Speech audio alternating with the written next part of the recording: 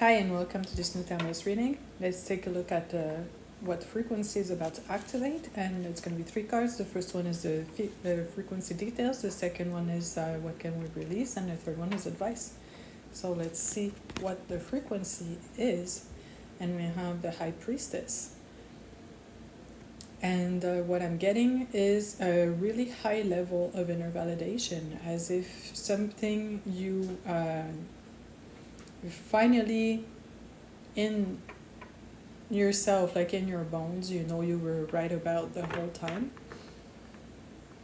is finally anchoring. I'm getting like a really deep inner knowledge about yourself, and also brings a sensation of relief, and it's concerning your life path and direction you've been asking for lately. So it's also, what I'm getting is erasure of self-doubt. So it's pretty much, you knew it all along, as if you had doubt about maybe a direction you're trying to take, and doubt about who you are and what you really are here to be, to do what you like, you know? And it's as if a big layer of doubt finally lifts, and it lets you see that this kind of like overlay of doubt, this like attack of doubt, let's say the little devil on your shoulder, was actually activated because you did know who you were, because you knew where you were going, because you knew what you were about the whole time. And I'm actually really glad to talk about that right now, because I'm feeling this personally. And like when I start reading frequencies, like at the beginning of the reading, I don't know where it's going just yet, but it lines up with something I've been dealing with in the past few days. And there's like a project I've been always like wanted to work on, and it's as if I would start working on it over the past like 10-ish years, and something will always come up to try and derail it, and I was like, am I supposed to be doing that? Like, what's really going on here? So I'd put it aside for like some time, you know, like a couple months, years or whatever, and trying to go back at it.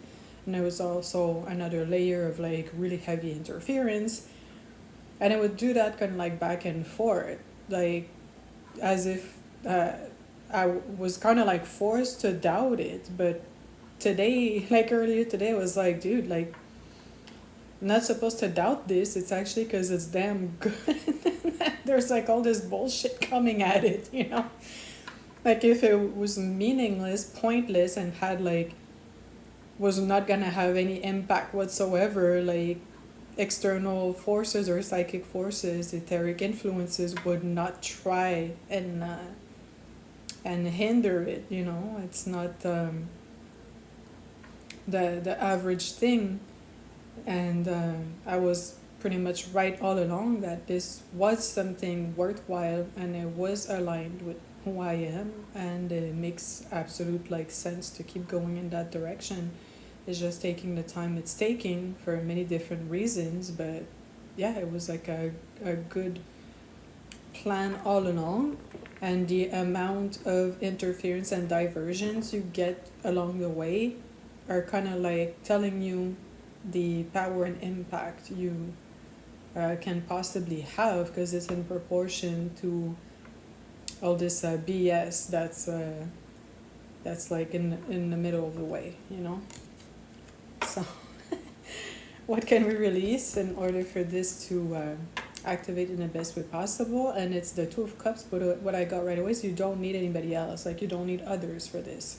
There's a part of activating like some degree of your life path that kind of has to be done on your own, like by yourself, even if it's like scripting or designing a strategy or orienting yourself in a direction that actually makes sense for you. Like keep it to yourself, don't talk about it pretty much with anybody else unnecessarily. If you can just do your thing and like work in silence, would be the best at this point in time.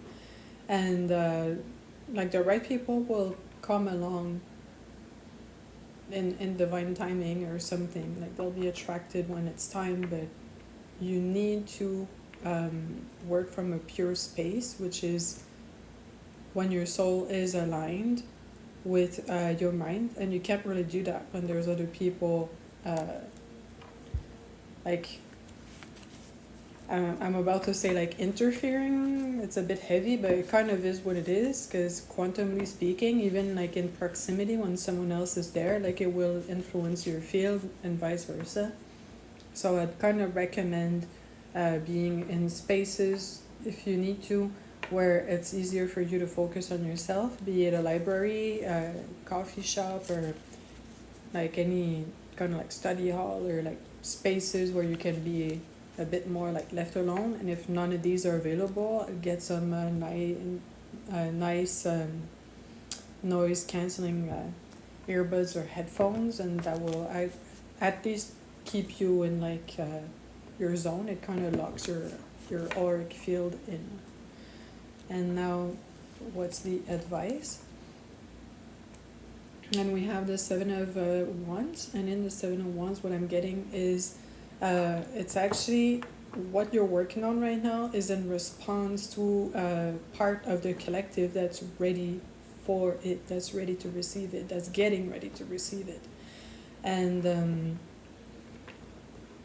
so it's like a bit of extra motivation, because it might be a period where you don't really have like any validation around you or support in the direction of what you're trying to accomplish. And it's to remind yourself that if it's a desire and a possibility that's growing in you, it's also in response to something bigger in the field, in the collective.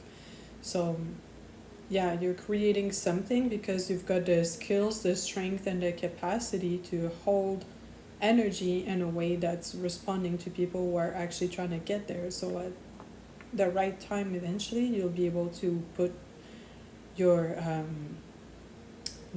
project or yourself like out there, and it's gonna answer something that actually is already active. So you don't have to worry about that for now. So I hope this resonates.